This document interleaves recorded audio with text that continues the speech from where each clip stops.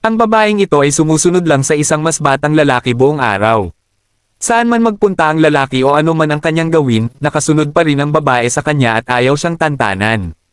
Bukod pa rito, hinihiling din ng babae sa lalaki na ilibre siya sa pagkain. Ang mga hindi makatwirang bagay na ito ay naging dahilan para hindi na ito matiis ng lalaki. Tinanong niya ang babae kung gusto ba siya o hindi. Bakit niya ito sinusundan ng ganito? Sa hindi inaasahang pagkakataon, tumawa lang ang babae pagkatapos marinig ito. Sinabi niya na gusto lang niya makipagkaibigan sa lalaki. At ang dahilan kung bakit kailangan niya itong sundan buong araw ay para magkaroon ng pagkakaibigan. Kung hindi niya iyon gagawin, palagi siyang makakaramdam ng lungkot at kamumuhian ng buhay. Ang lalaking ito ang tumulong sa kanya na magkaroon ng mas positibong pananaw sa buhay. Si Duna ay dating isang sikat na babaeng idolo sa industriya ng musikang K-pop. Ngunit dahil sa isang problema sa kanyang boses sa pagkanta, hindi na umunlad ang kanyang karera. Para sa isang idolo, ang maiwan ng mga manunood ay isang napakasakit na bagay. Nabubuhay si Duna sa isang nakakabagot na buhay araw-araw hanggang sa dumating ang freshman na ito. Bagamat si Duna ay isang napakasikat na idolo, hindi siya nakilala ni Wonjun. Nang makita niya itong naninigarilyo sa bakuran, nagtanong siya ng ilang inosenteng tanong kung magkakilala ba sila dahil mukhang pamilyar ito sa kanya. Nang marinig ni Duna na nagtanong iyon, tumingin sa kanya si Duna ng may paghamak. Dahil sa kanyang bastos at ignorante na pagbati, lalo na nang makita ni Duna na nakasuot ito ng kamiseta na regalo ng fan na may birthday ng pangalan ni Duna. Sa mga sumunod na araw, patuloy na nagkikita sina Wonjun at Duna, kahit ayaw nila, at wala rin silang magandang nararamdaman sa isa't isa. Ayaw ni Wonjun ang patuloy na pananagarilyo ni Duna sa kanyang kamay.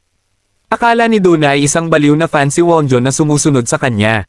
Sa wakas, pinigilan niya ito at tinanong kung bakit niya ito sinusundan sa lahat ng dako. Doon lang napagtanto ni Wonjun na ito pala ang idolo ng kanyang kaibigan. Sinubukan niyang ipaliwanag na hindi niya ito sinusundan. Hindi rin niya ito iniidolo gaya ng kanyang iniisip. Ayaw ni Wonjun kay Duna. Hindi niya ito nakilala hanggang ngayon. Ang kamisetang idolo na kanyang suot ay hiniram lang sa isang kaibigan. Ang kaibigan na iyon ay fan ni Duna, hindi siya. Pero paano naman maniniwala si Duna sa paliwanag na iyon? Napakasikat niya para hindi siya makilala ni Wonjun na mahirap paniwalaan. Hindi makapagpaliwanag si Wonjun at wala siyang ibang choice kundi umalis. Matapos magpunta sa interview para maging tutor sa isang mayamang pamilya. Natanggap si Wonjun ng ina dahil sa kanyang kahinahunan at dignidad. Mayroon din siyang magagandang akademikong performance at maraming taon ng karanasan bilang isang tutor. Masayang umuwi si Wonjun at aksidenteng nakasalubong muli ang kanyang kaibigan. Mahigit isang taon na silang hindi nagkikita. Sinabi ni Jinjo na pumasa rin siya sa entrance exam sa paaralan ni Wonjun. Pagkatapos nito, nagpunta ang dalawa para mag-beer at masayang nagkwentuhan. Pag-uwi niya, nakita ni Wonjun si Duna na nakaupo sa bakuran. Malamig noon, at manipis ang kanyang suot. Bagamat medyo nag-aalala siya, naisip pa rin ni Wonjun na tumalikod na lang. Bigla niyang narinig si Duna na umiiyak. Lumingon siya at nakita niya itong may mga luha sa kanyang pisngi. Napakalungkot ng kanyang mukha. Nang makita si Wonjun, tumayo si Duna, ngunit pagod na siya at bumagsak sa lupa. Nagulat si Wonjun at tumawag ng ambulansya. Pagkatapos ay sumama siya kay Duna sa ospital. Dahil hindi niya alam kung sino ang kanyang guardian. Sa huli ay, kinailangan ni Wonjun na gampanan ang tungkuling ito. Nag-aalala siya sa kalusugan ni Duna. Bumili siya ng medyas para mapanatiling mainit ang kanyang mga paa. Nang makita niya itong nag-aalala sa kanya ng ganito, nabawasan ang negatibong nararamdaman ni Duna sa kanya. Akala nila ay magiging maayos na ang kanilang relasyon mula rito. Pero pagkatapos nito, isang hindi inaasahang insidente ang nangyari kay Wonjun. Wala siyang oras para magtrabaho bilang isang tutor nang matanggap niya ang balita na natanggal siya dahil ang kanyang scarf ay puno ng amoy ng sigarilyo. Sa wakas ay naalala niya na nakilala niya si Duna bago pumunta sa interview. Dahil sa ilang minutong pagtatalo nila sa pinto, patuloy itong humihihip ng usok ng sigarilyo sa kanyang scarf. Nawalan siya ng pagkakataon. Nawalan siya ng pagkakataong kumita ng 800,000 won sa isang buwan. Labis na nalungkot si Wonjun ngunit hindi siya makatakbo para pag-alitan si Duna. Gayunpaman, ang mas malungkot pa para kay Wonjun ay pagkatapos niyang dalhin si Duna sa ospital. Lubusan itong nagbago at palaging sumusunod kay Wonjun. Ang antas ng pagsunod ay mas nakakatakot pa kaysa sa isang baliw na fan. Na naging dahilan para hindi siya komportable at mapahiya. Hindi makatakas si Wonjun kay Duna saan man siya magpunta. Magbubukas ito ng bibig para sabihing gutom na siya at hihilingin sa kanya na kumain silang magkasama. Sa huli, naisip ni Wonjun na may gusto sa kanya ang idolo na ito dahil sa mga kinikilos nito. Tinanong niya ito ng direkta at sinabing hindi niya ito dapat magustuhan. Sinabi nito na hindi siya komportable kay Wonjun. Pagkatapos marinig iyon, hindi mapigil ang tumawa ni Duna. Sinabi niya na gusto lang niya makipagkaibigan kay Wonjun.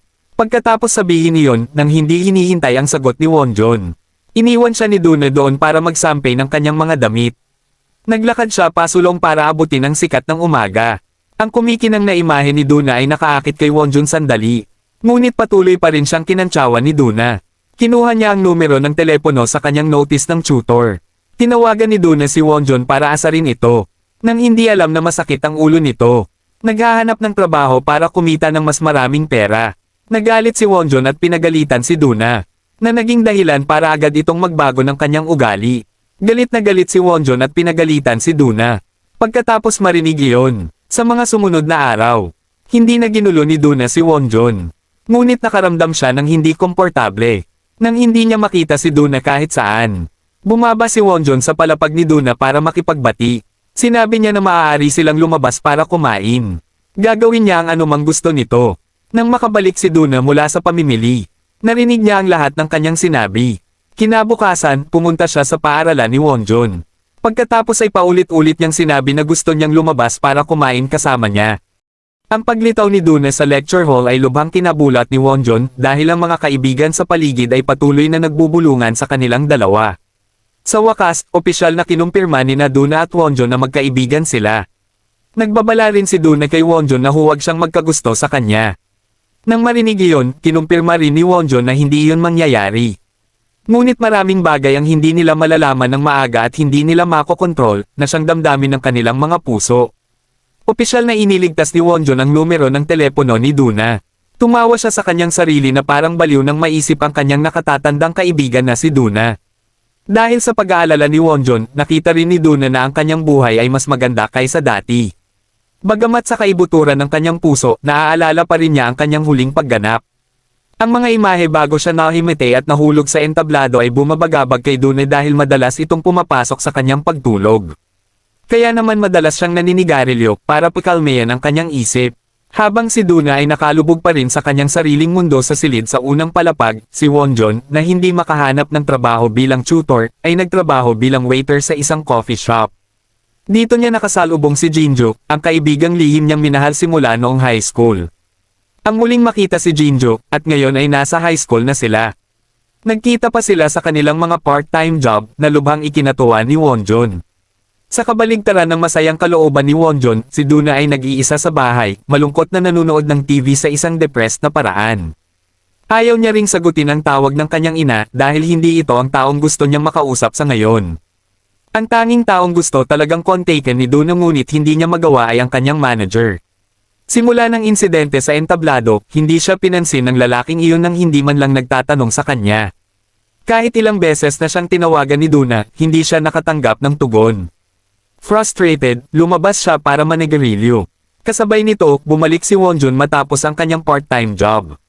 Dahil hindi niya matawagan si Wonjun o ang manager, pinagalitan ni Duna si Wonjun dahil hindi nito sinasagot ang kanyang mga tawag. Ito ang nagparamdam sa kanya na inabandona siya. Nang tanungin siya kung may mahalaga, sinabi ni Duna na gusto niya lang marinig ang kanyang boses. Ang puso ni Wonjun ay kumabog nang marinig iyon. Bago pumasok sa bahay, nakita niya si Duna na masunurin na nakikinig sa kanya at nakasuot ng medyas na binili niya para panatilihing mainit ang kanyang mga paa. Kinabukasan, nang magpunta si Wonjun sa pagdiriwang ng bagong taon ng pag-aaral kasama ng mga estudyante sa kanyang departamento, si Duna ay naiinip sa bahay kaya pumunta siya sa kanya para anyayahan siya sa inuman. Nakikipag-usap si Wonjun sa telepono kay Duna nang may lalaking umagaw ng kanyang telepono. Sinimulang asarin ng lalaking ito si Duna kahit na humihingi si Wonjun ng kanyang telepono. Hindi lang iyon, hinawakan din ng lalaking ito ang kwelyo ni Wonjun at ipinakita ang kanyang lakas. Sa sandaling ito, lumakad si Duna. Sinigawan niya ito, paano mo nahawakan ang Wonjun ko? Hindi pa rin natakot ang lalaki at nagsimulang asarin si Duna. Nagtalo ang dalawa sandali. Nang makita ni Duna ang bote ng alak sa kanyang kamay, arroganting hinamon siya ng lalaki na saktan siya dahil akala niya na ang babaeng nakatayo sa kanyang harapan ay hindi maglakas loob na gawin iyon. Sa hindi inaasahan, itinaas ni Duna ang kanyang kamay at hinampas ang bote ng alak sa ulo ng lalaki. Buti na lang at mabilis na ginamit ni Wonjun ang helmet para harangan ang suntok na naging dahilan para magpanik ang lalaki at marahil ay ma-excite. Nagulat ang lalaki makita si Duna na nakatayo sa kanyang harapan. Labis na natakot ang lalaki. Pagkatapos nito, naupo sina Duna at Wonjun para mag-usap. Sinabi niya sa kanya na kung nahihirapan siyang kontrolin ang kanyang emosyon, dapat siyang magpatingin sa doktor. Dahil nagpapagala-gala siya sa mga lansangan na naghahanap ng gulo, natatakot siya na baka isang araw ay magdulot siya ng gulo. Sinabi ni Duna na bumili siya ng alak at gusto niya itong anyayahan na uminom kasama niya. Nang marinig iyon, gusto rin ni Wonjun na mag-inom kasama si Duna. Bigla niyang tiningnan si Jinju na naglalakad kasama ng kanyang mga kaklase. Nang makita ang mga mata ni Wonjun na nakatingin kay Jinju ng buong sigasig, medyo nahulaan ni Duna ang kanyang nararamdaman para kay Jinju. Nagkataon naman na si Jinju ay isang tagahanga rin ni Duna.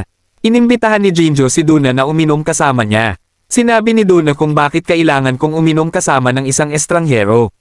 Di nagtagal, ang dalawang babae ay nagpunta sa bahay ni Duna at nag-inuman hanggang sa malasing sila. Sinubukan ni Duna na ipaliwanag na karaniwan ay napakahirap pakisamahan niya, ngunit ngayon, bigla siyang naging banayad at unusually kind, kaya nagkaroon ng pagkakataon si Jinju na uminom kasama niya. Pagkatapos ay iniwan ni Duna si Jinju na lasing sa bahay at lumabas para manigarilyo. Tumakbo si Wonjun sa kanya dahil nakita niya na lasing din ito. Habang nag-uusap ang dalawa, ibinahagi ni Duna na naiinggit siya sa matagal ng relasyon ni Wonjun at Jinju. Pagkatapos ay tumayo si Duna para pumasok sa bahay, ngunit nadulas ang kanyang paa at muntik na siyang mahulog. Ngunit mabilis siyang hinailan ni Wonjun pabalik at ang dalawa ay aksidenteng nagyakap. Ang mahigpit na yakap ni Wonjun ay nagpatibok ng puso ni Duna. Nakatingin sa inosente at walang muwang na binata sa kanyang harapan, halos gusto ni Duna na halikan si Wonjun. Ngunit sa huli, nakontrol niya ang kanyang emosyon at umalis, iniwan si Wonjun na nakatayo doon mag-isa. Sa umaga, ang isip ni Wonjun ay napuno ng mga imahe niya at ni Duna na nagyakapan kagabi. Kahit na sinubukan niyang pakalmayan ang kanyang sarili, patuloy na iniisip ni Wonjun ang magandang mukha ni Duna kaya kinailangan niyang sampelan ang kanyang gwapong mukha para magising. Nang dumating siya sa eskwelahan sinabi ni Jinju kay Wonjun. Nakita niya itong naghalikan sila ni Duna kagabi. Ang hindi pagkakaunawaang ito ay lubhang ikinahiya ni Wonjun. Nang umuwi siya ng gabing iyon, patuloy siyang tinanong ni Duna tungkol sa kanyang relasyon kay Jinju. Hindi lang iyon, sinabi rin ni Duna na kung ganito ang pagkakaintindi sa kanya ni Jinju, dapat na lang silang mag-ibigan. Nang marinig iyon, sinabi ni Wonjun na hindi marunong mag-isip si Duna. Palagi niyang sinasabi ang anumang naiisip niya nang hindi iniisip ang nararamdaman ng ibang tao. Ngunit hindi alam ni Wonjun na komportable lang siya sa ganoong paraan. Kapag kasama niya ito, ang kanyang idle life ay nagtulak na sa kanya na subukang mabuhay ayon sa gusto ng ibang tao. Kaya, nang mapuno si Duna, tinanong din niya si Wonjun at nagalit sa kanya. Itinapon din niya ang basura sa harap ni Wonjun at pumasok sa bahay. Inis din si Wonjun sa kanilang dalawang nag-aaway. Nang gabing iyon, bumaba si Wonjun para makipagbati sa hindi related na dahilan. Sinabi niya na sobra ang kanyang niluto kaya marami ang natira. Hindi inaasahan, hindi inintindi ni Duna ang kahihiyan at masarap na kumain. Pagkatapos kumain, silang dalawa ay naglakad-lakad. Naging curious si Wonjun kung bakit huminto si Duna sa pagkanta. Dahil narinig niya mula sa isang kaibigan na inihayag niya na huminto siya sa pagkanta para mag-aral. Kalmadong sinabi ni Duna na bigla na lang niya naramdaman na hindi na niya kayang kumanta, kaya huminto siya. Pagkatapos nito, silang dalawa ay naglaro ng mga stuffed animals. Nang makita ni Wonjun ang maganda at masayang mukha ni Duna, muling nagsimulang bumilis ang tibok ng kanyang puso. Tinitigan niya ito ng may matinding pagmamahal. Nang sabihin ni Duna na ngayon ang kanyang kaarawan, sinabi ni Wonjun na hindi sinasadya na nakapagluto rin siya ng seaweed soup para sa kanya. Pagkatapos, sinabi niya sa kanya na mag-ingat. Matapos magtanong tungkol sa relasyon ni Wonjun kay Jinju, hinikayat ni Duna si Wonjun na buong tapang na ipahayag ang kanyang nararamdaman para kay Jinju. Sinabi niya kay Wonjun na landiin si Jinju sa pamamagitan ng paglapit sa kanyang mukha. Pagkatapos na pagkasabi ni Duna, agad na nag-ensayo si Wonjun sa kanya. Lumapit siya sa kanya at binati siya ng happy birthday. Ang kinilos ni Wonjun ay nakapagpatula kay Duna sa loob ng ilang segundo. Habang masayang umuuwi, nakita ni Duna ang isang maliit na regalo na naiwan sa mesa. Tumakbo siya sa labas na nakayapak, sa intensyon na hanapin ang may-ari nito. Ngunit tumakbo at tumakbo si Duna, ngunit hindi niya makita ang figure na kanyang hinahanap. Nakatayo lang siya doon, tulala, sa gitna ng mataong kalye. Nakakaramdam ng matinding sama ng loob at galit dahil siya ay inabandona. Kasabay nito, nakinig din si Wonjun kay Duna. Tinawagan niya si Jinju para linawin na wala siyang relasyon kay Duna. Kinabukasan, hiniling ni Wonjun kay Duna na suriin ang mga sinabi ni Jinju. Nang marinig ni Jinju na hindi sila magkasintahan ni Duna, sinabi ni Duna na maaaring gusto rin ni Jinju si Wonjun, kaya siya ay masaya. O baka hindi gusto ni Jinju si Duna, kaya natutuwa siya na hindi mahal ni Wonjun si Duna. Sinabi ni Duna na may mataas na posibilidad na gusto rin ni Jinju si Wonjun. Sinabi niya na imposible ito. Hindi siya makapaniwala na may gusto sa kanya si Jinju. Sinabi ni Duna na napaka-perpekto niya kaya kahit siya ay gusto siya. Kaya bakit hindi siya magugustuhan ni Jinju? Nang marinig iyon, kinabukasan, tinipon ni Wonjun ang lahat ng kanyang lakas ng loob. Inimbitahan niya si Jinju na pumunta at tingnan ang mga cherry blossoms kasama niya. Nang matanggap ang pagsang-ayon ni Jinju, masaya si Wonjun na umuwi. Nang dumaan siya sa unang palapag, bigla niyang naisip si Duna, kaya tinawag niya ito para tanungin kung kamusta na ito. Sino ang mag-aakala na nakalock si Duna sa banyo sa oras na ito?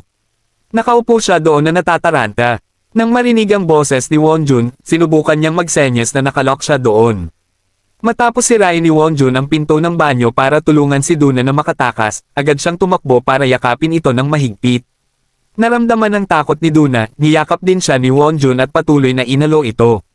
Pagkatapos nito, nakaupo si Duna na nanonood kay Wonjun na inaayos ang pinto ng banyo. Muli niya itong inasar. Sinabi ni Duna na mukhang napakagwapo niya.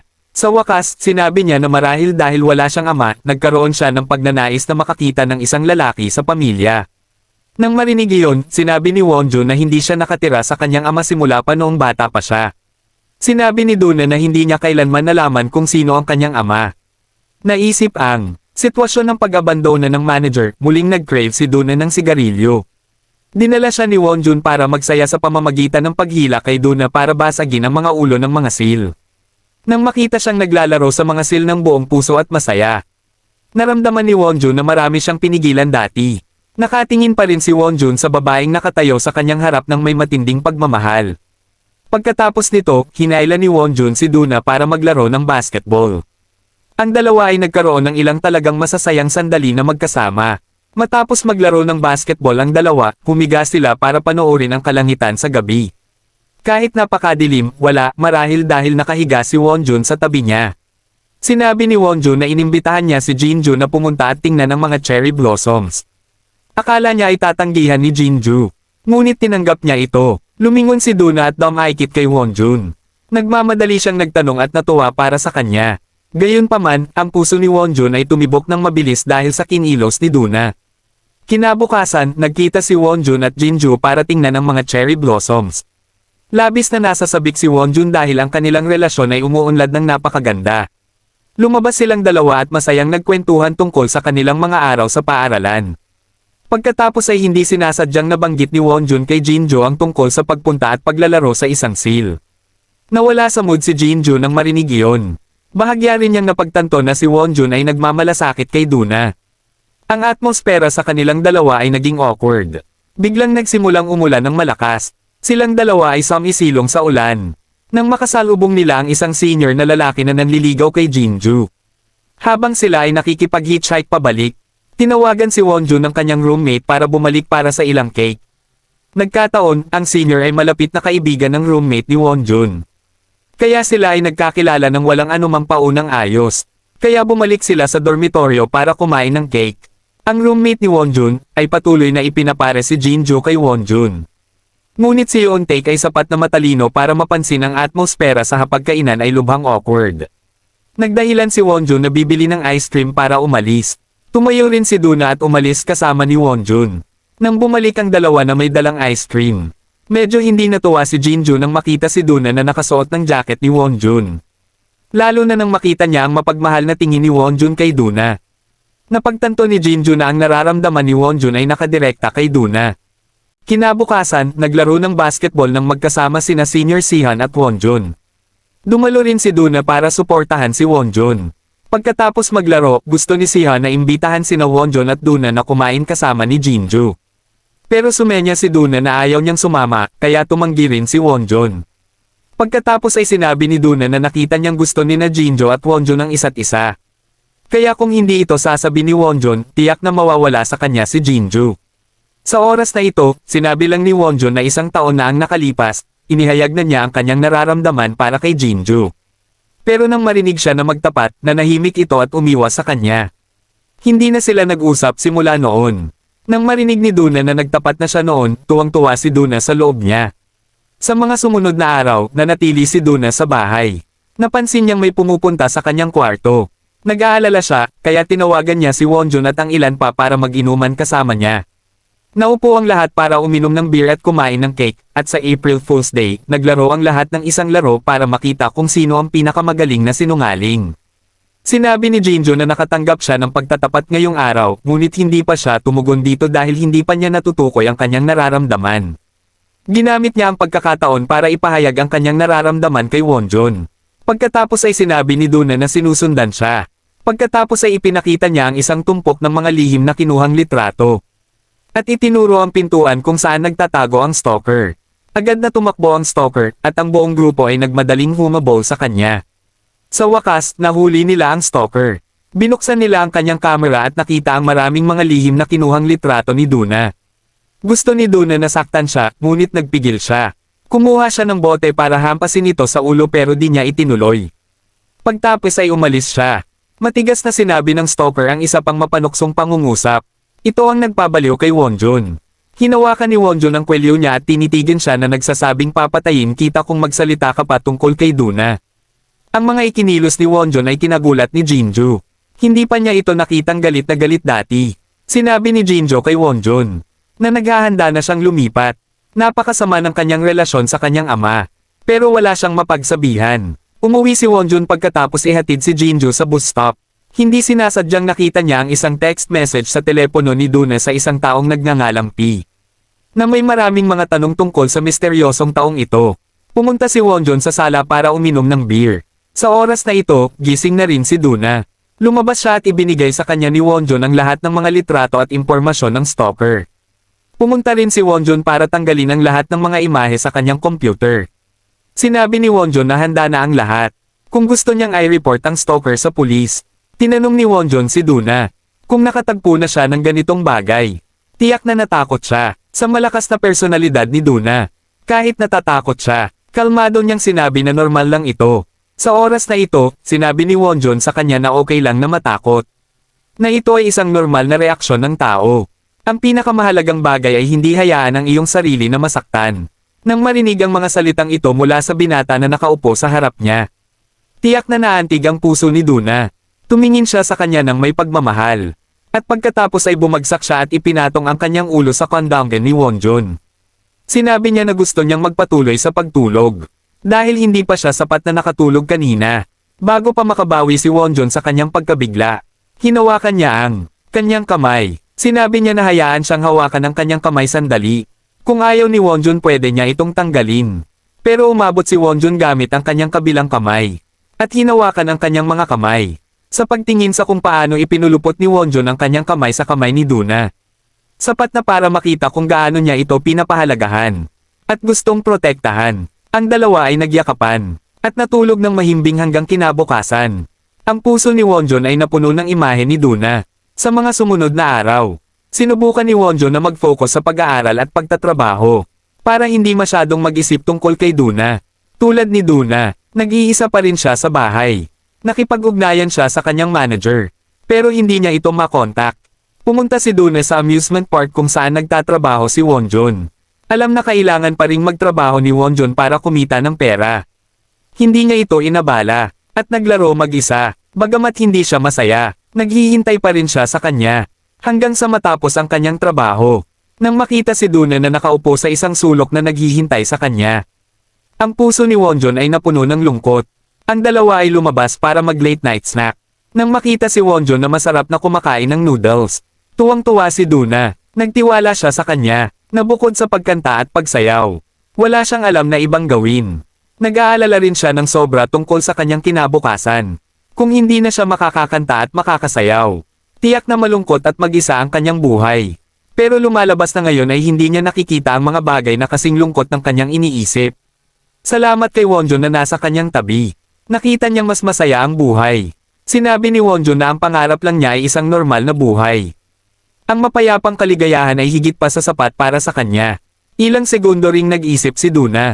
Marahil ay napagtanto rin niya na ang dalawa ay may dalawang magkaibang paraan ng pamumuhay. Sa pag-uwi, sinabi ni Duna kay Wonjun na huwag magtrabaho ng masyadong husto. Kailangan din niya ng ilang sandali ng pagpapahinga para sa kanyang sarili. Sa oras na iyon, ipinagtapat ni Wonjun na iniwan niya ang kanyang may sakit na nakababatang kapatid. At ang kanyang miserable na ina sa probinsya, para pumunta dito para mag-aral. Naramdaman din niya, na napaka-selfish niya. Tumingin si Duna sa inosente at mabait na batang lalaki sa harap niya. Lalo siyang nahulog sa kanya. Sa pag-uwi, si Wonjun ay natulog ng payapa sa balikat ni Duna. Ilang araw ang lumipas, isang serye ng mga litrato. Nila na magkasamang kumakain ng black bean noodles. Ang lumabas online. Labis na nag-alala si Wonjun nang makita ang mga masasakit na komento tungkol kay Duna. Umuwi siya para magtanong tungkol kay Duna. Pero masyado na siyang sanay sa mga ganitong chismis sa social media. Naramdaman niyang hindi siya apektado kahit kaunti. Sinabi niya na hindi niya kailanman tiningnan ang kanyang impormasyon sa internet, tama ba? Matagal na siyang pinakuna ng iba. Hindi lang iyon, patuloy rin niya itong kinukulit na nagpaparamdam sa kanya na parang tanga siya sa pag-aalala sa kanya. Kasabay nito, si Jinjo ay nasa bahay, nakatingin sa mga litrato nila na kumakain ng black bean noodles. At napagtanto na ang taong nakaupo kasama ni Duna ay ang kanyang kaibigan na si Wonjun. Ang puso ni Jinjo ay napuno ng higit pang mga alalahanin. Pagkatapos nito, si Duna ay muling naging masaya, sinasamantala ang magandang araw. Nagbihis siya at planong yayain si Wonjun. Kahit sinabi niyang abala siya sa pag-aaral para sa mga pagsusulit, wala siyang pakialam. Plano niyang maghanap ng mga damit na isusuot ni Wonjun sa kanilang date. Sinabi ni Wonjun na dapat niyang kunin ang ilang mga kamisete ng lalaki na nakasabit sa kanyang bahay para hindi siya masundan. Sa sandaling iyon, tinawagan ni Yeontaek si Wonjun para humingi ng tulong. Narinig ang napaka-urgent na boses, nagmadali si Wonjun kay Yeontaek. Hindi inaasahan, nag-set up si Yeontaek ng isang group date. Dahil kulang siya sa tao, hiniling niya kay Wonjun na punan ang kulang dito. Nang dumating si Wonjun sa lugar para makipagkita sa grupo ng mga babae, nakilala niya ang isang dating kakilala. Isang kaibigan na ipinanganak sa parehong araw niya. Plano pa nga ng dalawang ina na maging magmanugang. Ang pangalan ng kaibigan na iyon ay Hira. Palaging binubuli ni Hira si Wonjun. Simula pa noong bata pa sila, hanggang sa lumipat si Hira sa Brazil kasama ang kanyang pamilya sa edad na 12. Umalis si Hira at nag-iwan ng pangako na babalik para makita siya. Pagkatapos ng mahabang panahon, muli siyang nagpakita gaya ng ipinangako. Nang makita si Hira, naramdaman ni Wonjun na ang kanyang buhay ay magiging miserable mula ngayon. Habang si Wonjun ay nagsasaya kasama ng kanyang mga kaibigan sa isang group date. Si Duna ay nalulungkot sa bahay at hindi alam ang gagawin. Biglang namatay ang mga ilaw sa kwarto na ikinatakot niya at tumakbo sa labas para magsigarilyo buong gabi. Kasabay nito, si Hira kasama ang kanyang mga kaibigan na nagsasaya sa pakikipaglaro kay Wonjun. Dahil sadyang hindi niya nakilala si Hira, lalo niya itong gustong kulitin. Nagpumilit pa itong halikan si Wonjun habang naglalaro ng dare. Nang tanggapin na lamang ni Wonjun na naruroon si Hira sa kanyang harapan, saka lamang ito tumigil. Masayang bumalik si Yeontaek mula sa date. Nakita niya si Duna na nakatayo sa labas ng bakuran. Pagkatapos ay hindi sinasadyang sinabi ni Yeontaek kay Wonjun ang tungkol dito at tungkol sa kanilang pagpunta sa isang group date. Pagkatapos ay sinabi niya kay Wonjun na nakilala niya ang isang talagang cute na babae ngayon, kaya malamang na hindi siya uuwi para matulog. Pagkatapos sabihin niyon, umakyat si Yeontaek para matulog na iniwan si Duna na mag-isa at galit sa bakuran. Napaso pa nga siya ng upos ng sigarilyo at hindi man lang niya ito napansin. Dahil lasing si Hira, kinailangan ni Wonjun na dalhin siya pabalik sa dormitoryo. Saka lamang nakabalik si Wonjun sa kanyang boarding house. Sa oras na ito, si Duna ay nasa labas pa rin at naninigarilyo. Lumakad si Wonjun at umupo sa tabi niya. Nakita niya ang kanyang napaso na kamay at labis na nag-alala. Pumasok siya sa loob para kumuha ng yelo para ipantapal dito. Tanong sa kanya ni Duna sa masungit na tono. Sinabi niya na amoy alak at maraming pabango ng babae. Tapat ding inireport ni Wonjun ito. Pumunta siya sa isang group date ngayon at nakasama rin ang isang babae. Nang sabihin ni Duna na hindi niya naramdaman ang sakit mula sa paso hanggang sa bumalik siya at gamutin siya. Sinabi ni Wonjun na ganoon ang mga tao. Kung hindi mo nararamdaman, mahirap itong mapagtanto mo mismo. Kaya kung may nagmamalasakit, mararamdaman mo ang sakit. Dahil gusto mong alagaan ka. Nang makita ang paraan ng pag-aalaga ni Wonjun kay Duna at marinig ang kanyang mga nagmamalasakit na salita sa kanya, hindi mapigilan ni Duna ang kanyang nararamdaman. Nilapitan niya si Wonjun para halikan ito nang hindi ito binibigyan ng pagkakataong tumanggi. Nagulat din si Wonjun sa mga kinilos ni Duna. Kumalma siya agad. Itinulak niya ito palayo at pumunta para ayusin ang kuryente para sa kanya. Pagkatapos ay bumalik siya sa kanyang kwarto at hindi nakatulog buong gabi dahil sa sobrang pagkahumaling sa halik kay Duna. Kahit sa mga sumunod na araw, hindi makatakas si Wonjun sa pagkahumaling sa halik at mga mata ni Duna. Naisip niya ang halik na iyon at lahat ng kanyang ginawa. Lubha siyang nalilito dahil hindi niya maintindihan si Duna. Ang kanyang hindi mahuhulaan na personalidad ay naging imposible para sa kanya na maunawaan kung ano ang nangyayari sa kanyang isip. Nang umuwi si Wonjun ng gabing iyon, nakita niya itong nagbabasa ng libro at nakikinig ng musika sa kanyang kwarto. Nagpasya si Wonjun na magkaroon ng seryosong usapan sa kanya. Tinanong niya kung bakit niya iyon ginawa sa kanya. Sinabi ni Duna na isa lamang itong halik, hindi kailangan ng dahilan. Tinanong ni Wonjun kung gusto niya ito. Nang hindi sumagot si Duna sa kanyang tanong, sinabi ni Wonjun na kung hindi niya ito gusto, huwag niya itong gagawin sa kanya. Hindi niya hahalikan ang mga kaibigan. Sinabi ni Wonjun kay Duna na huwag lumampas sa linya ng pagkakaibigan. Ang paggawa nito ay makakasakit sa kanya. Pagkatapos marinig iyon, sinabi ni Duna na talagang tsismoso si Wonjun. Bakit kailangang maging ganoon kaseryoso? Agad na sinabi ni Wonjun na ang halik ay nakaantig sa kanya. Diretsahang sinabi ni Duna na titigil siya sa pagiging naantig tulad ng lahat. Kay Jinju naman, pagkatapos ng ilang pag-iisip, nagpasya siyang iwan ang pamilya para mabuhay ng mag-isa. Tinanggihan din niya ang pagtatapat ni Sehun. Pagkatapos ay nakipagkita si Jinju kay Wonjun para ipahayag ang kanyang nararamdaman. Ngunit sa puntong ito, itinuring lamang siya ni Wonjun bilang isang tunay na matalik na kaibigan. Ito ay naging dahilan ng labis na pagdurusa ni Jinju. Kinabukasan, ang mga tao sa boarding house ay bumaba sa gate para salubungin ang kanilang bagong kaibigan. Una, dumating si Hira na may isang cart ng mga gamit. Ipinakilala ni Yeontaek si Hira para umupo ng lugar kasama ni Duna. Makalipas ang isang minuto, dumating din si Jinju sa pamamagitan ng taxi. Inimbitahan ni Duna si Jinju na matulog kasama niya. Gulat na gulat si Wonjun nang makita si Hira. Pagkatapos noon, litong-lito si Wonjun nang makita ring paparating si Jinju. Ang kanyang buhay mula ngayon ay hindi na magiging payapa tulad ng dati. Napabuntong hininga na lamang siya habang nakatingin sa maingay at masikip na grupo ng mga babae sa kanyang harapan. Pagkatapos maglinis ng bahay, tinanong ni Hira si Wonjun tungkol kay Donna. Hindi niya alam kung paano sasabihin kay Hira dahil siya mismo ay hindi masyadong naiintindihan si Donna. Ang tatlong magkakaibigan ay nagbati sa isa't isa sa pamamagitan ng isang masayang inuman sa unang palapag. Nakaupo si Donna at nanunood sa dalawang kaibigan ni Wonjun na nag-uusap ng maayos, hindi maitago ang kanyang selos. Lumabas siya para magsigarilyo, at sumunod sa kanya si Jinju. Sinabi ni Jinju kay Donna na pumunta siya rito para mapalapit kay Wonjun. Ang layunin ay para kumpirmahin ang kanyang nararamdaman para sa kanya. Sinabi rin ni Jinju kay Donna na nagtapat na siya kay Wonjun. Sinabi ni Jinju na maghihintay siya rito sa kanyang sagot. Pagkatapos makinig kay Jinju, sinabi ni Donna na maaari niyang patuloyin si Jinju na tumira sa kanya. Pero hindi susuportahan ni Donna ang relasyon ni na Jinju at Wonjun. Dahil may nararamdaman na si Donna para kay Wonjun. Narinig ni Jinju iyon at sinabi na matagal na silang magkaibigan ni Wonjun. Mas naiintindihan din niya si Wonjun kaysa kay Donna. Kaya ang relasyon nilang dalawa ay napakalakas. Ang babala ni Jinju ay nagpaisip din kay Donna. Naramdaman din niya na ang kanyang relasyon kay Wonjun ay napakabilis masira. Nakaupo si Donna sa bahay, nag-iisip tungkol sa mga sinabi ni Jinju. Bukod pa rito, nang makita ang mga larawan na kinuhanan ni Wonjun kasama ni Hira.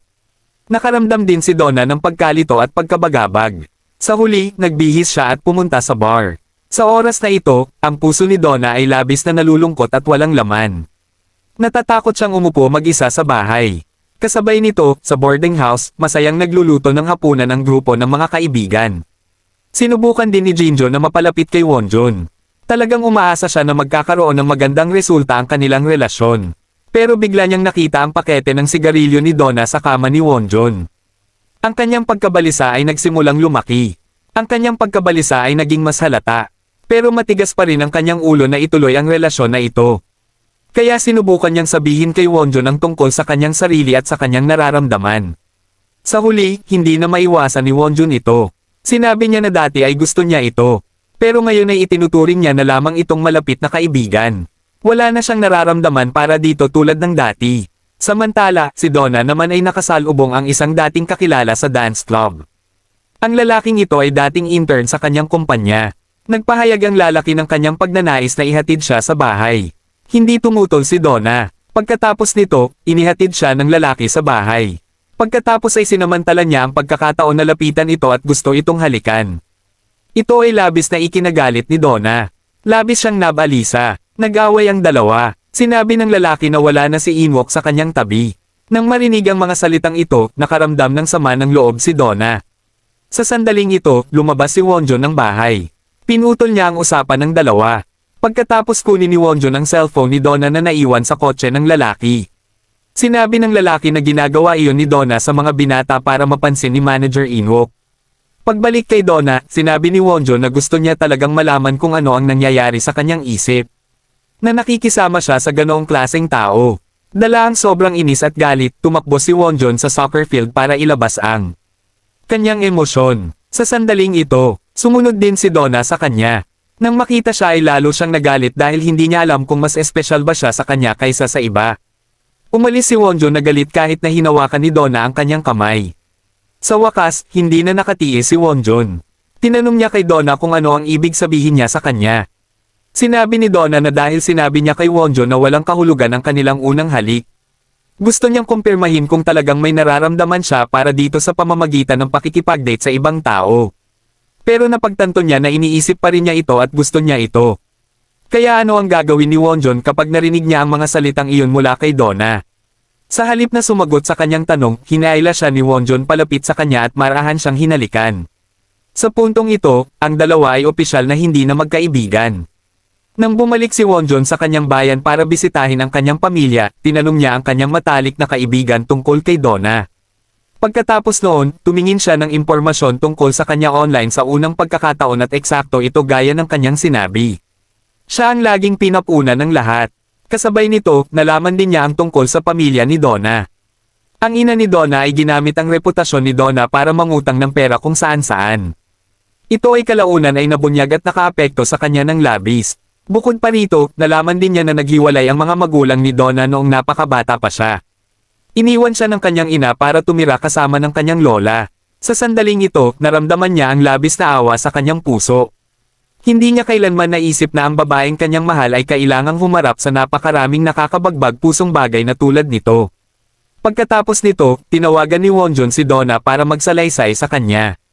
Ikinwento niya ang tungkol sa kanyang sarili at sa kanyang pamilya. Sinabi niya na dati, nabubuhay siya ng medyo walang kabuluhang buhay. Wala siyang masyadong hilig na gawin ang anumang bagay, at nilaktawan niya ang mga bagay na masyadong mahirap. Pero ngayon, gusto niyang gumawa ng mas maraming bagay. Sinabi niya na gusto niya ito ng sobra. Nagseselos din siya sa mga lalaking minahal nito dati. At pagkatapos, sa isang pangungusap lamang, gusto ni Donna na makita si Wonjun ngayon na. Kaya agad sumakay si Wonjun sa bus mula sa kanyang bayan papuntang Seoul, mag-isa kahit na gabi na. Nang bumalik si Wonjun sa kanyang kwarto, natutulog si Donna sa kanyang kama. Pagkatapos ay humiga si Wonjun sa kama at niyakap ito hanggang sa makatulog ng mahimbing. Hanggang sa kinaumagahan, nang magdala ng mga cake sina Jinjo at Ire sa ikalawang palapag para aanyayahan ang lahat na kumain. Bigla nilang nakita si Donna na lumalabas mula sa kwarto ni Wonjun. Pagkatapos noon, lumabas din si Wonjun mula sa kwarto. Lahat ng kanyang mga kaibigan ay natigilan sa eksenang ito. Lalo na si Jinjo ay labis na nalungkot nang makita ang eksenang ito. Bagamat nahulaan niya ang kanilang nararamdaman, hindi niya kailanman naisip na magiging ganoon sila kalapit na magsasama sa iisang higaan. Pagkatapos nito, dumalaw ang ina ni Duna sa kanyang lugar. Sinabi ng ina ni Duna na humanap siya ng paraan para makabalik sa kumpanya para umawit sa banda. Kung hindi, kailangan niyang humanap ng paraan para kumita ng mas maraming pera. Nakatingin lang si Duna sa kanyang ina, hindi makapagsalita. Si Jinjo naman, matapos malaman na magkasintahan na sina Wonjun at Duna, ay nagpasyang huwag ng magtapat kay Wonjun. Nakipagkita siya kay Wonjun at sinabing gusto niya ito simula pa lang nang una silang magkita, ngunit dahil sa maraming iba't ibang dahilan, itinago niya ang kanyang nararamdaman sa kanyang sarili.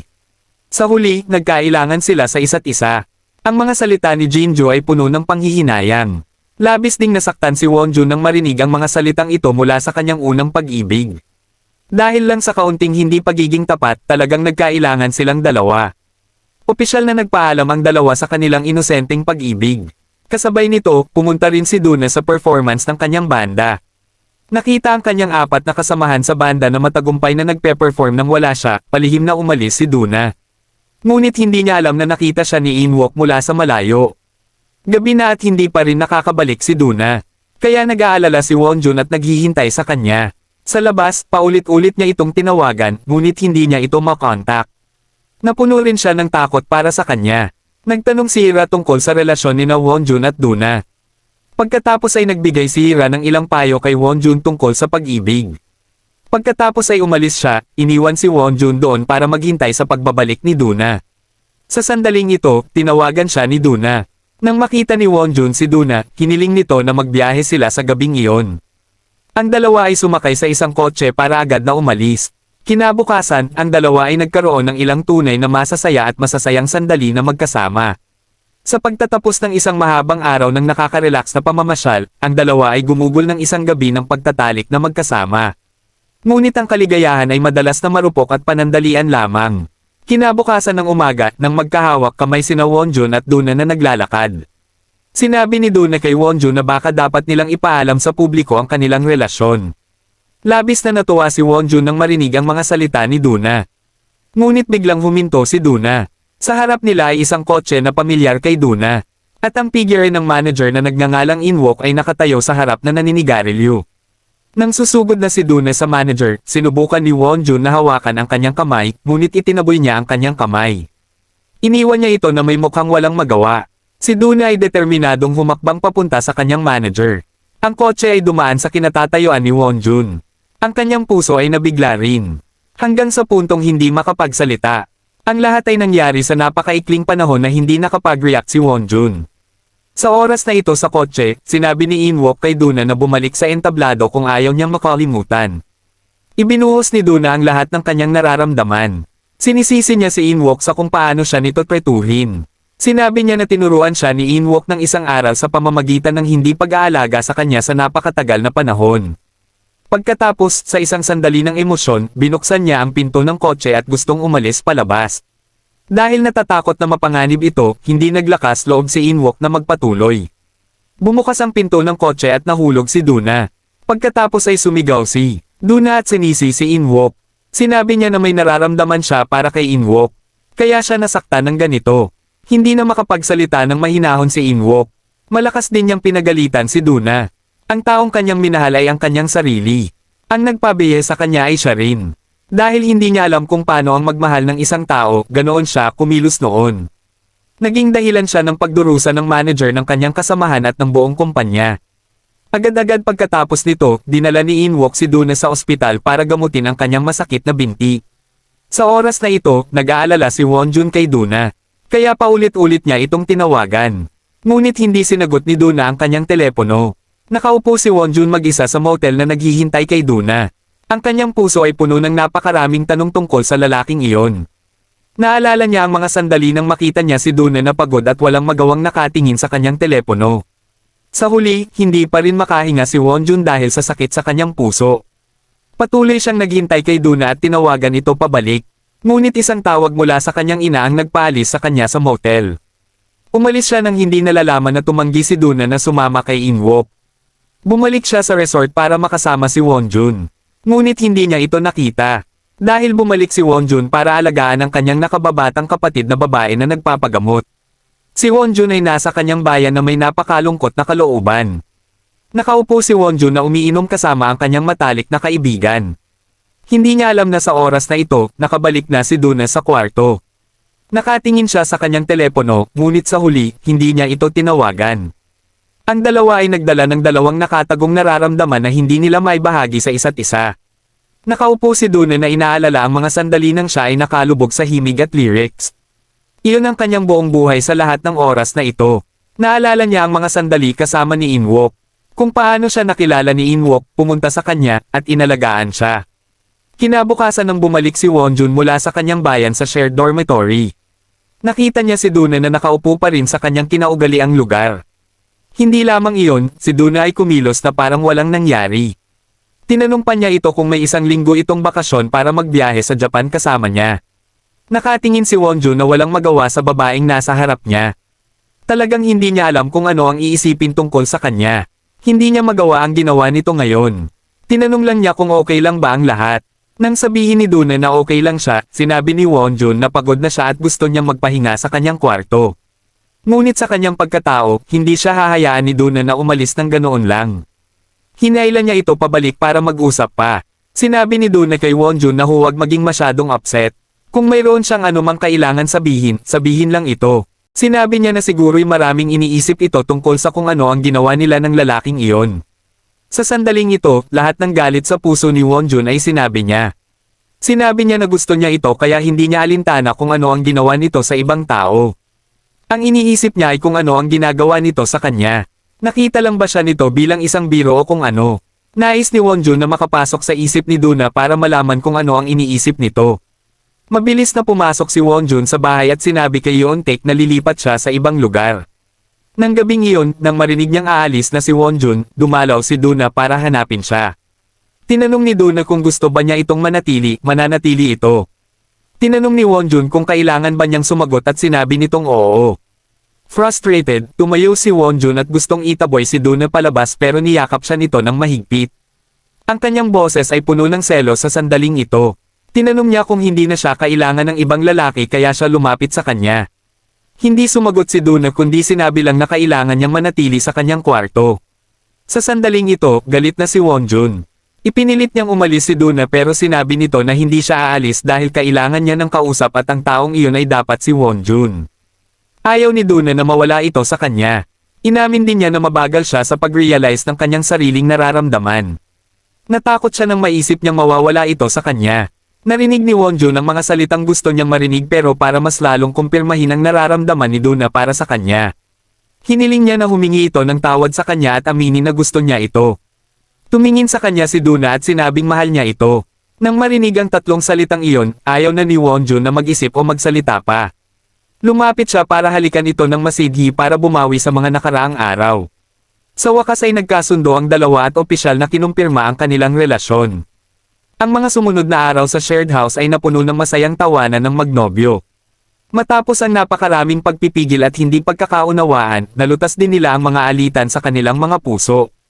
Magkasama nilang tinamasa ang kanilang sariling masaya at pribadong oras. Saan man sila magpunta, kailangan nilang magkasama.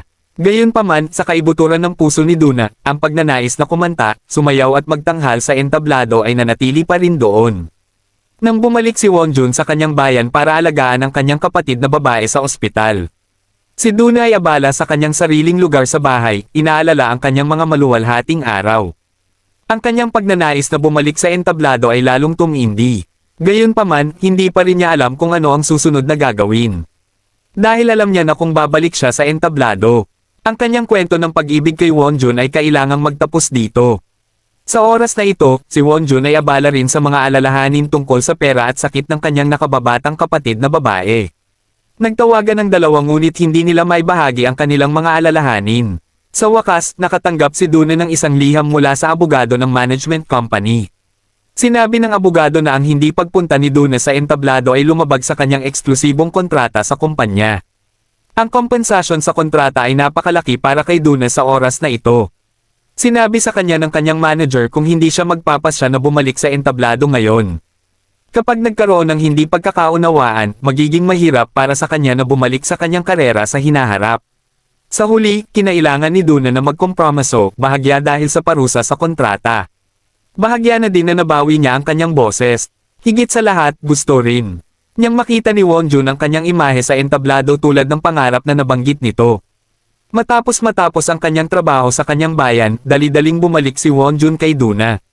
Ngunit nang bumalik siya, natuklasan niya na ang kwarto ni Duna ay may maraming sleeping pills, at ang mga pakete ng sigarilyo ng lalaking iyon.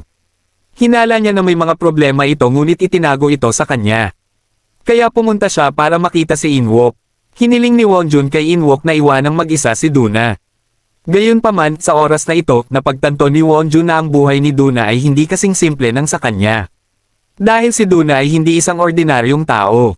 Kung magpapatuloy si Duna sa kanya, mawawala ang lahat sa kanya. At hindi na rin magkakaroon ng pagkakataong bumalik sa entablado. Idinagdag din ni Inwook na sa oras na ito, dapat isipin ni Wonjun kung sino ang kailangang sumuko. Bumalik si Wonjun na mabigat ang puso. Talagang nakita niya ang kalupitan ng kanyang kasalukuyang buhay. Ang pangarap ng isang mapayapa at masayang buhay ay napakahirap. Para sa isang sikat na tao tulad ni Duna. Sa oras na ito, si Wonjun din ay gumawa ng kanyang sariling desisyon. Pagkatapos nito, nakipagkasundo si Inwook sa presidente ng kumpanya. Para hayaang bumalik si Duna sa entablado at magtrabaho ng nakapag-iisa. Sinabi ni Duna na babalik siya sa kanyang karera sa pagkanta. Ang layunin ay para pasayahin ang kanyang sarili, hindi para sa iba pa. Sa oras na ito, naalala ni Duna ang araw na pumunta siya sa entablado para magtanghal kasama ni Wonjun. Nabawi niya ang kanyang boses at nagkaroon ng lakas ng loob na tumayo sa entablado. Sa oras na iyon, ang kanyang imahe ay nakaukit din sa memorya ni Wonjun. Sa huli, sa loob lamang ng maikling sandali, ang dalawang taong nagmamahalan ay kinailangan maghiwalay nang hindi man lang nagsasabi ng kahit ano sa isa't isa. Maaari lamang silang tahimik na magbantay sa isa't isa, magsuporta, at mag-alala sa isa't isa. Ang buhay ay patuloy pa rin kahit ano ang mangyari sa lahat. Ang oras ay lumilipas araw-araw nang hindi naghihintay sa sinuman. Bumalik si Duna sa kumpanya at nakamit ang malaking tagumpay nang magsolo siya. Matapos ang mahirap na panahon na magkahiwalay, bumalik din si Wonjun sa kanyang sariling buhay. Regular pa rin siyang nag-text kay Duna para magsalaysay sa kanya tungkol sa lahat araw-araw. Kahit hindi niya natatanggap ang sagot mula rito. Bagamat miss na miss niya si Duna. Tinitingnan lang siya ni Wonjun sa mga advertising photos. Ngunit sa kaibuturan, ang dalawa ay naglaan pa rin ng isang hindi mapapalitang lugar para sa isa't isa. Hanggang isang araw, habang naglalakad sa kalye, nakita ni Wonjun si Duna na nakatayo sa harap niya, nakatingin sa nyebe. Mabilis siyang lumakad papunta rito. Tila sinasadya nitong maghintay sa kanya doon. Hiniling nito na kumain sila. Sinubukan ni Duna na makipag-usap ng malapit kay Wonjun para mapalapit ang distansya sa kanilang dalawa. Ngunit nanlamig si Wonjun. Paliwanag ni Duna na bawal siyang gumamit ng telepono at nasa ilalim ng mahigpit na pangangasiwa. Kaya sana ay matiis pa niya ng ilang panahon pa. Susubukan niya ang kanyang makakaya sa susunod na 2 taon para mapabuti ang kanyang karera, pagkatapos ay maaari nang maging opisyal ang dalawa. Sa oras na ito, sinabi ni Wonjun sa kanya na naghahanda na siyang magpunta sa militar, pagkatapos ay sinabi rin niya sa kanya na dapat magtapos na ang kanilang kwento. Labis na galit si Duna nang marinig iyon. Tumayo siya at umalis, hindi pinapansin si Wonjun na sumusunod sa kanya, ngunit hindi pa rin niya matiis kaya bumalik siya. Sinubukan niyang sabihin ang kanyang mga huling salita sa kanya, sinabi niya kay Inwook na makakasama niya ito at mamahalin ito magpakailanman, ngunit ito ang unang sumuko. Nang matanggap niya ang kumpirmasyon ni Wonjun na talagang gusto na niyang tapusin ang lahat, si Duna ay masakit na umalis na umiiyak. Bago sumakay sa subway, sinubukan niyang lumingon, umaasang makita si Wonjun na humahabol sa kanya, ngunit nakatayo lang ito doon na patuloy na tumutulo ang mga luha. Sa wakas, pagkalipas ng ilang panahon, sumali si Wonjun sa hukbo. Bumalik si Duna sa kanyang buhay sa spotlight. Ngayon ay maayos na ang lahat kay Duna. Bumalik na ang kanyang reputasyon at mas nagniningning pa kaysa dati. Noon lang ibinalik ni Inwook ang kanyang telepono. Tiningnan ni Duna ang lahat ng mga mensaheng ipinadala ni Wonjun at nakaramdam ng labis na sakit sa puso. Talagang na-miss niya ang kanyang cute na batang boyfriend. Napakabilis ng oras. Natapos na ni Wonjun ang 2 taon ng serbisyo militar. Bumalik siya sa Seoul para maghanda para sa civil service exam. 4 na taon na ang nakalipas mula ng opisyal na magsimulang kumanta si Duna ng solo. Sa daan, nakita ni Wonjun ang hindi mabilang na mga imahe ng babaeng kanyang minahal. Sa pagtingin sa kanyang imahe, napakasaya niya para sa kanya. Naghahanda ang may-ari ng shared house na i-renovate ang bahay kung saan nakatira ang kanyang mga kaibigan noong araw. Nagplano ang mga kaibigan na magkita rito para magkaroon ng party. Nandun na ang lahat maliban kay Duna. Si Yeon-taek, gaya ng dati, ay nagsabi kay Wonjun na tawagan si Duna para sumali sa kasiyahan. Bago pa niya matapos ang kanyang pangungusap, pinigilan siya ni Hira dahil sa pagsasalita ng hindi nag-iisip. Umupo ang lahat para mag-inuman ng masaya at pagkatapos ay naghiwalay. Bumalik si Wonjun sa inn. Pumunta siya para kunin ang kanyang coat at nakita niya si Duna doon. Ang muling pagkikita nila ay wala sa kanyang mga iniisip at plano at lalong wala sa kanyang mga inaasahan sa sandaling iyon. Ngunit nang tuluyan na niya itong bitiwan, nagkaroon siya ng pagkakataong makita itong muli.